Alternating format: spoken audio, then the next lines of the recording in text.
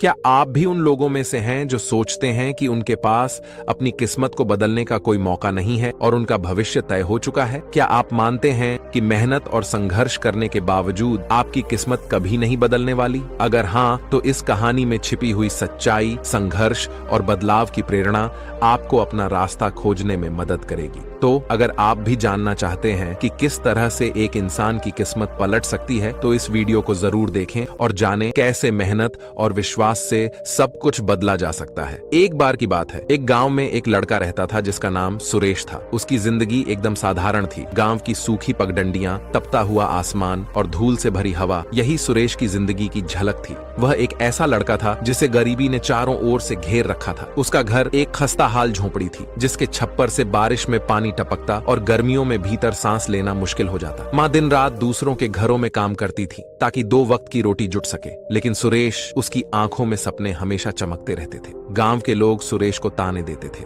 गरीब का बेटा गरीब ही रहेगा, तू किसी बड़े आदमी के सपने मत देख, अपनी किस्मत में बस हल चलाना लिखा है। इन बातों को सुनकर सुरेश का मन खट्टा हो जाता, लेकिन वह जवाब देने की बजाय चुपचाप अपने दिल में आग छिपाए रखता। हर रात जब माँ उसे खाना देते हुए खुद खाली पेट सो जाती, सुरेश खुद से वादा करता, एक दिन मेरी माँ को इस हालत में नहीं रहना पड़ेगा। एक दिन सुरेश लकड़ियां काटने के लिए जंगल में गया।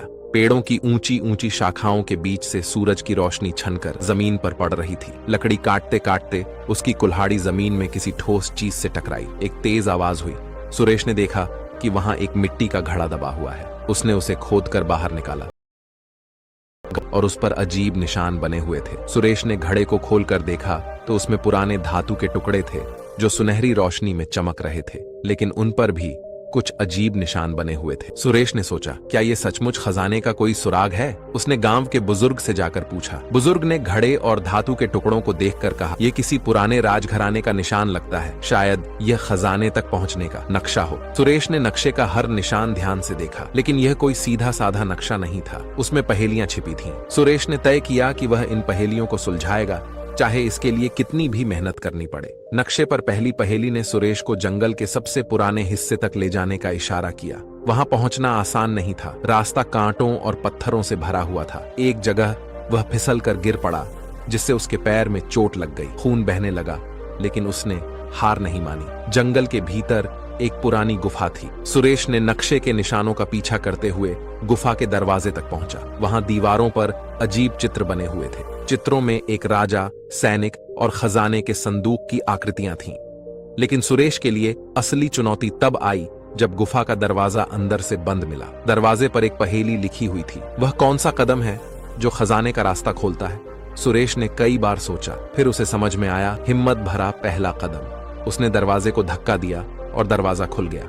गुफा के भीतर उसे एक बड़ा संदूक दिखा। सुरेश का दिल खुशी से उछल पड़ा। उसने कांपते हाथों से संदूक का ढक्कन खोला, लेकिन वह खाली था।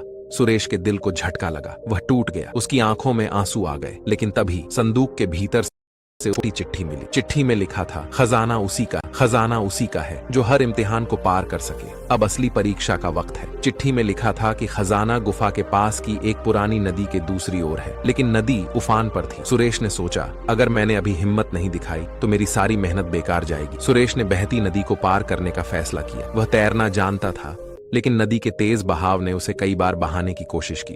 उसके हाथ पैर दर्द से जवाब देने लगे, लेकिन वह नहीं रुका। अंततः वह नदी पार कर गया। नदी के पार उसे एक और संदूक मिला। संदूक भारी था। सुरेश ने पूरी ताकत लगाकर उसे खोला और इस बार उसकी आंखों में चमक आ गई। संदूक सोने, चांदी और रत्नों से भरा हुआ था। सुरेश ने उस खजाने का इस्तेमाल अपनी गरीबी मिटाने के लिए किया, लेकिन उसने केवल अपने लिए नहीं, पूरे गांव के लिए भी सोचा। उसने गांव में स्कूल, कुआं और सड़कें बनवाईं। उसकी माँ, जो कभी दूसरों के घरों में काम करती थी, अब पूरे गांव की माँ बन चुकी थी। गांव के वही लोग जो कभी सुरेश को ताने मारते थे, अब उसकी तारीफों के पुल बांधते नहीं थकते।